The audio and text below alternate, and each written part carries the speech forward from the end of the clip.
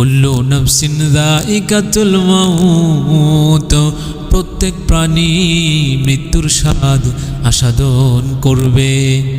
কিন্তু নেককার এবং বদকারের মৃত্যুর মাঝে আকাশ পাতাল ডিফারেন্স থাকবে, পার্থক্য থাকবে, ব্যবধান থাকবে।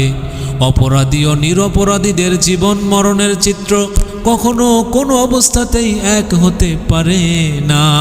এই সম্পর্কে হযরত ইব্রাহিম আলাইহিস সালাম মালাকুল মাউত আজরাইলকে বৎকারের মৃত্যু সম্পর্কে জিজ্ঞাসা করেছিলেন, আজরাইল, তুমি বৎকারের রূহকে কোন আকৃতিতে কোন সূরতে কবজ করো, তাকে আমাকে একটু দেখাতে পারবে?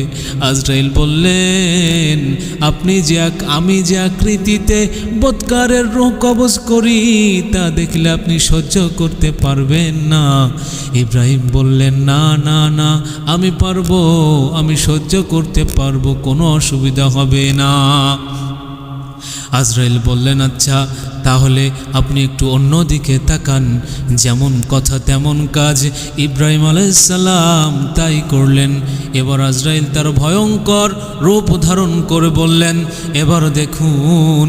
ইব্রাহিম আলাইহিস সালাম মুখ ফিরিয়ে দেখলেন,